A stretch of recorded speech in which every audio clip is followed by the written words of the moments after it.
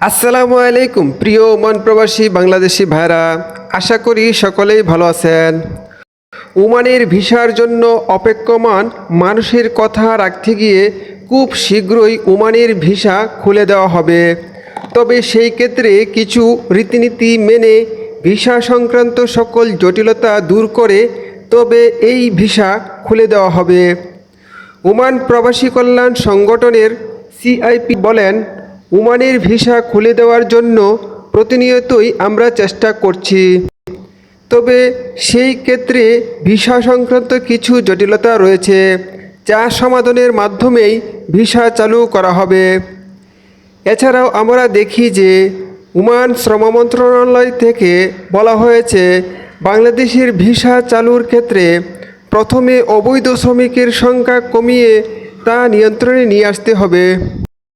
তাই ওমান প্রবাসী কল্যাণ সংগঠনের সিআইপি বলেন, ওমানে অনেক শ্রমিক আছে যারা কিনা ফ্রি ভিসা নিয়ে ওমানে আসার পর থেকে কখনো কাজ পাচ্ছে, আবার কখনো কাজ পাচ্ছে না। এভাবেই 2 বছর শেষ হয়ে যায়, অতঃপর দেখা যায় ভিসা লাগানোর জন্য তেমন কোনো টাকা পয়সা থাকে না।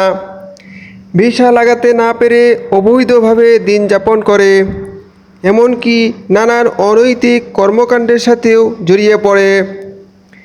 তাই সকল দিক বিবেচনা করে ভিসা চালুর পূর্বে প্রথমে আউটপাস চালু করা হবে, যাতে করে অবৈধ প্রবাসীরা দেশে ফিরে যেতে পারে। আর যে সকল প্রবাসীরা বৈধভাবে আছেন কিন্তু কাজ নেই, তাদের জন্য লিস্ট তৈরি করে কাজের ব্যবস্থা করে দেওয়া হবে। গত 28শে মে প্রবাসী কল্যাণ ও বৈদেশিক কর্মসংস্থান প্রতিমন্ত্রী শফিকুর রহমান চৌধুরী ওমানে প্রবেশ করেন।